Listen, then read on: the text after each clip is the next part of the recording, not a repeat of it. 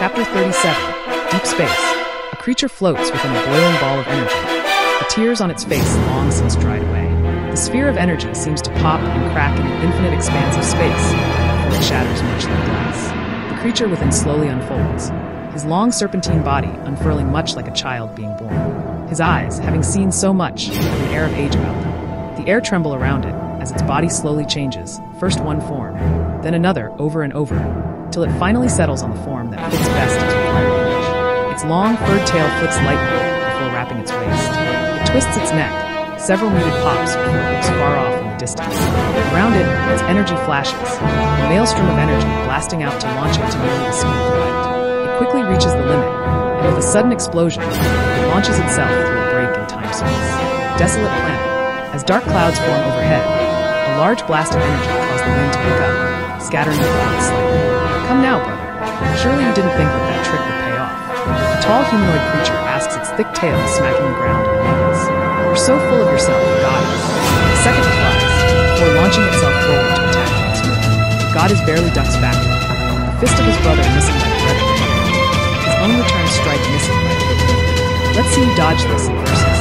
The goddess yells, a large bright ball of energy forming in front of its chest, before blasting the air.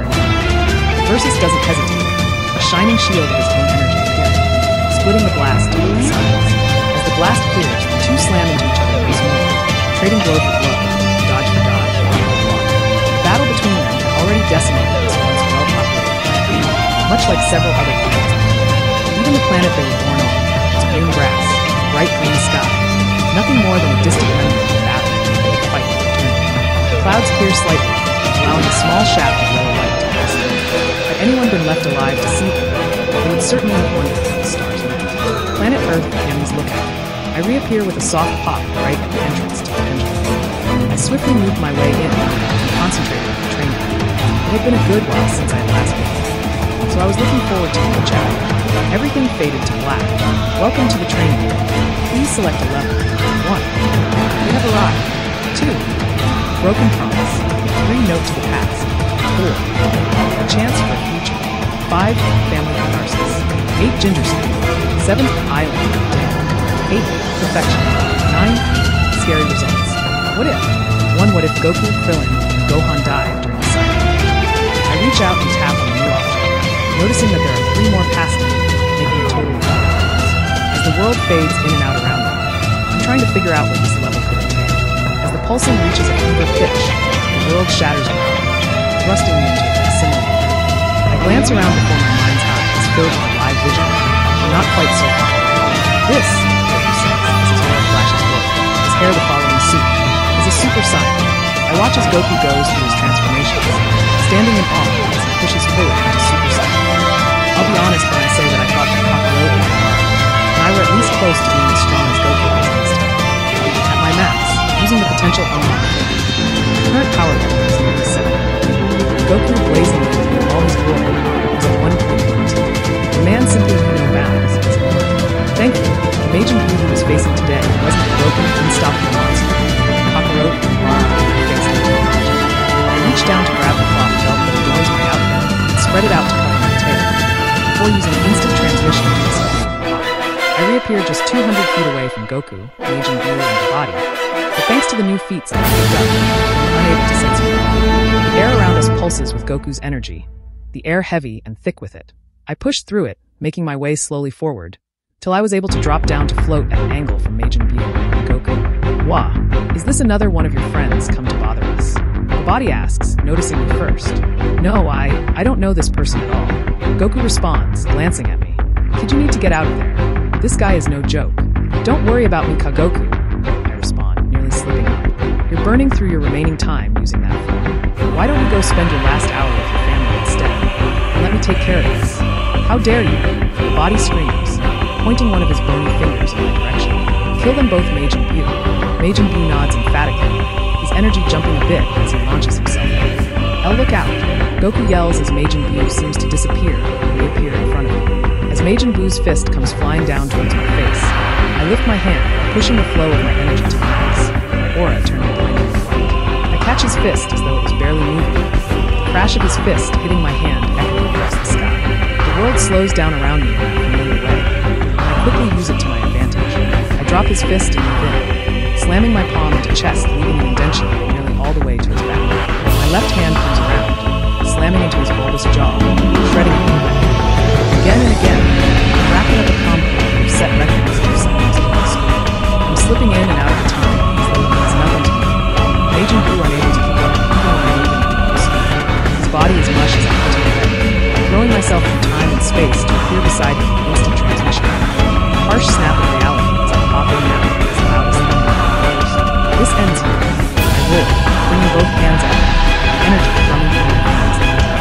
With a loud rush of air, the sky is blanketed. Majin Buu's smashed body and body, who by happy accident is at the perfect angle, are quickly enveloped as I shove every ounce of my energy into the attack. I know from previous experience that Majin Buu is ridiculously enduring, so I push again and again, shoving more and more energy into an attack that should have already been my max. No diye. I scream as my energy reaches a breaking point. The attack seems to grow bigger, larger, denser, as it completely engulfs the area. I can feel Majin Buu's energy slipping, until with a proverbial pop it disappears. I release the attack, letting it fade away, as the world blurs and fades to gray around me. Bing! Training exercise finished. Scary results. Defeat Majin Buu, plus 500, 000 XP. Defeat the body, plus 5,000 XP. Untouchable, plus 10, 000 XP. Bonuses. More to fear than fear itself. Plus 100, 000 XP. Total. Plus 615, 000 XP. 806,450 XP. The training room pops back into view, and I let out a breath I didn't know. Killing Majin Buu like that was cathartic. I had failed against him before, and it cost me quite a bit. To completely decimate him, even just a formula, is a big weight off my shoulders. I may not be completely over the situation, but there is so much more that needs to be done before I can train this. As I start going over the training room list, I hear a voice far off in the distance. KLL, please exit the pendulum room. It says. I frown, before realizing whose voice it is. With a thought, the room fades completely, leaving me standing in the center of the pendulum. From the doorway, the room's only source of light, a shadow fills the air. Cammy is ready to see me now. A few short minutes later, I found myself standing outside of Cammy's chambers. The door cracked open slightly, so that I can enter.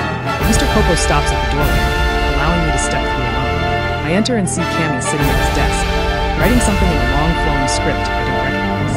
Cammy, I ask. He seems to sigh before finishing with a flourish. He stands, his form no longer frail or hunched. What stands before me is a Mimiki in my prime, nearly 6.5 feet in muscle. He is still thin, but more wiry than anything else. KLL, welcome, he says, turning towards me. Cammy, I'm sorry. I start. Yes, KLL. You may be many things, some good and some not, but I've never known you to be a pirate. Cammy replies, I am still not happy with this, as it has cost me, but I'll not hold it against you. Instead, KLL, I've asked that you come here for something else. What is it, Cammy? I ask, quickly taking the other seat. A long time ago, a very long time ago, I was in training to become the guardian of this planet. Myself and another were in the running to take the post, and I was the favorite to win. Cammy begins to explain. However, despite being the favorite to win, I knew that within my heart was the potential. I felt it each day when I saw another do better than I, when my master would nod his approval for him or give him praise. I knew that if there was one thing that would cost me this title, what I had spent my life working towards, it would be that evil inside of me. So I expelled it. He looks off in the distance for a moment, before explaining further. What I had not considered was that just because I could expel the evil within my heart, that it may be much worse to do so. Would it not have been better to keep it? To temper it with the good that I was also capable of?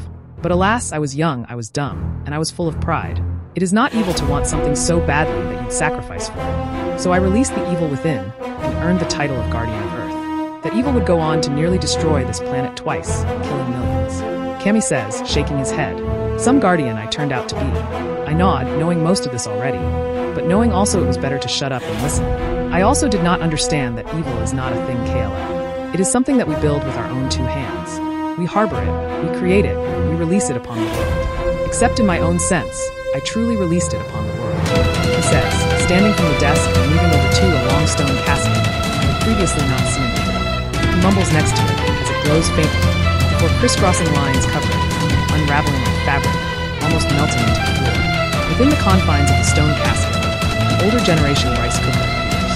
Cammy quickly picks it up, carrying it to the table and setting it down. Within this container is a being who goes by the name of King Piccolo. He is the evil that I released upon this world, and he is an evil that I intend to remove from this world. He finishes. How do you plan to do that, Cammy? I would assume that being a part of you would destroy him. You would die as well. I ask. I believe you are correct as Caleb. However, I do not need to destroy him to remove him from this world. What was once a part of me will become a part of me once again. I am stronger now than I ever was. I do not believe he will be much of a challenge to defeat in combat. However, that is what I brought you here for. For what? I ask. I am worried about several things. One is that he may prove to be stronger, defeat me, and absorb me. I do not know what would come of that, but I believe that he would be the dominant one. This planet would be crushed under his power, and with the Dragon Balls at his fingertips once more. I fear that the effects of such a thing would be far-reaching. As well, I worry that his evil will prove to be too much for me to handle, which could set me down a lifeless path. So what's the plan then? I ask. While Murray was on Earth, he helped me to edit the Earth's Dragon Balls. They can grant 2 wishes at a time, as you well know. However, as an after effect, they only need 6 months before they can be used again, if you only need to make a single wish. 6 months will have passed in just under 40 days. At that time, you will have your final wish, after which I will destroy the Dragon Balls, and remove the knowledge of how they are made. He says with a sense of finality. What? Cammy, why? I ask, bewildered. KLL, now that I am young again, I can feel the evil within me grow. In a few short months, the evil will have grown large enough that I shall have no choice but to expel it, creating another evil version of myself, or to give up the post of guardian. There is no one currently here that can take over that post or vacate it. Cammy explains. Instead of losing the spot due to what grows within me, I shall vacate it willingly. I would rather retire the position than to lose it. Call it pride if you must, but the thought of losing the position hurts more than the thought of giving it away willingly. I whisper, realizing that this is my fault. I see that you understand, Cammy replies, staring into my eyes. I need to spend the next month searching for my replacement. Successful or not, in 40 days' time, I will need you to come here and help me. I shall revive the Dragon Balls early and give you a final wish. After that, they will be destroyed. I shall remove the knowledge, and we shall deal with Piccolo. Can you do that for me, KLL? One could say that you owe it to me. Yes, I know, but Cammy, isn't there some other way? I asked, almost desperate. The Dragon Balls had long since been a clutch of sorts, something that was available to fix certain mistakes. I wish to explain this to you, KLL, so that you'll understand what has been lost, Cammy says, looking weary for a moment. As Guardian of Earth, I am gifted with quite a few powers, one of which is a type of godhood. It is not much, rather limited actually, but the small amount of God Ki I get is enough to guarantee that when I passed, so long as I still held the post of Guardian, I would ascend to true godhood and join the rank of Kais. Oh, I replied, stunned at this revelation. Oh, indeed, Cammy says before continuing. When I said that your wish had cost me, I was not being petty. In less than 3 months, I will lose the title of Guardian. I will no longer be fit to hold the position. I would much rather give it up willingly, show that I at least deserve the spot, while I held it than to lose it, because I can't control who I am. So I will ask again, KLL. Will you help me? Yeah, got me. I can help you. Planet Sion. It had been nearly a month since I had spoken to Baba, and she had helped me out. I hadn't yet gotten word from her, nor had I heard back from her. The upcoming issue Cammy weighed heavily on my mind. I felt like I was spinning my wheels, just trying to train, just trying to search the open galaxy above me for energy signatures. I had a hangman's noose around my neck time-wise. Not only were there 5 shadow dragons of immeasurable power and ability out in the galaxy, doing who knows what, but Beerus would return in less than a year. If I didn't find a way to rise to this challenge, I'd most certainly die. After all the hard work I'd done here, I wasn't ready to go yet. I still had so far to go. What I needed was a plan. I had gone through many different trials in the past decade of my life. I'd learned quite a few lessons, some of which I was finally able to make use of. It didn't take me long to find someone that could create weighted armor. What did take a while was getting someone to make me armor that weighed over 300 pounds, 136 kilograms, for each piece. With the planet practically starting over, from a production point of view, it was only my own status in the Scion Society that got me the armor so quickly. Slipping the entire ensemble on, I pushed some energy into my limbs and walked forward into the gravity chamber. Thankfully, at the time we had to evacuate the planet, we didn't lose the gravity chambers.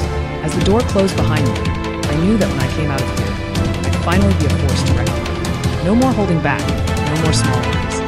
I was going for bust, and I felt sorry for anyone that stood in my way. 22 hours later, The door to the gravity chamber slides open, and I walk out, pausing at the end of the hallway. "Yes, sir," one of the Scion guards asks. "Yes," I ask. I thought you said you'd be at least a week, and to not bother you?" He replies, looking sheepish. "I don't want to talk about it." Trying not to grimace. I continue walking, before launching myself into the air, and using instant transmission to appear in my apartment. I pull off my barely used weighted armor, and toss it to the floor.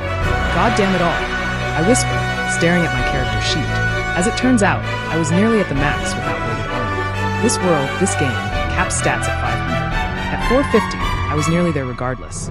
The boost was still worth it, but the game was limited. It wasn't as grandiose as I'd have liked. Glancing at my sheet again, I frowned, before tapping on the little purple star next to my power level. Again, it does nothing, explaining nothing, giving me nothing but more questions. Thankfully, the time in the chamber wasn't a complete failure.